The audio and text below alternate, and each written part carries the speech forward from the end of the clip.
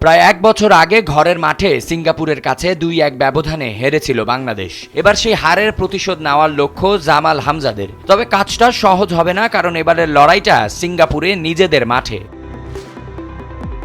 Spanish coach Javier কাবরেরার জন্য ম্যাচটি বড় চ্যালেঞ্জ। প্রতিপক্ষ সিঙ্গাপুর মূলত ৪-৩-২-১ ফরমেশনে খেলে। তাদের কোচ গ্যাভেন লি বল আকাশে ভাসিয়ে খেলার চেয়ে নিচ থেকে ছোট ছোট পাসে আক্রমণ করতে পছন্দ করেন। সিঙ্গাপুরের এই আগ্রাসী ফুটবল দর্শন বা ফ্রন্ট ফুট অ্যাপ্রোচ রুখতে কাবরেরাও সাজাচ্ছেন রণকৌশল।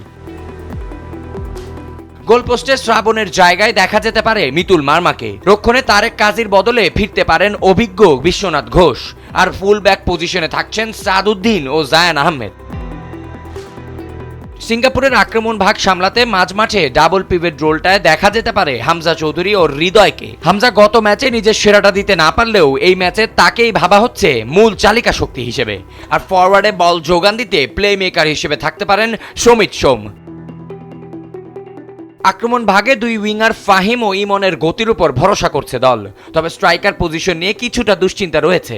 শেখ মুরসালিন পুরোপুরি ম্যাচ ফিট না হয় মিরাজুল ইসলামকে আরও একবার সুযোগ দিতে পারেন কোচ। আগের ম্যাচে মিরাজুল ছন্দে না থাকলেও কাবরেরা রাস্তার নাম এখন তিনি। বিদেশের মাটিতে কঠিন পরীক্ষা দিতে হবে বাংলাদেশকে।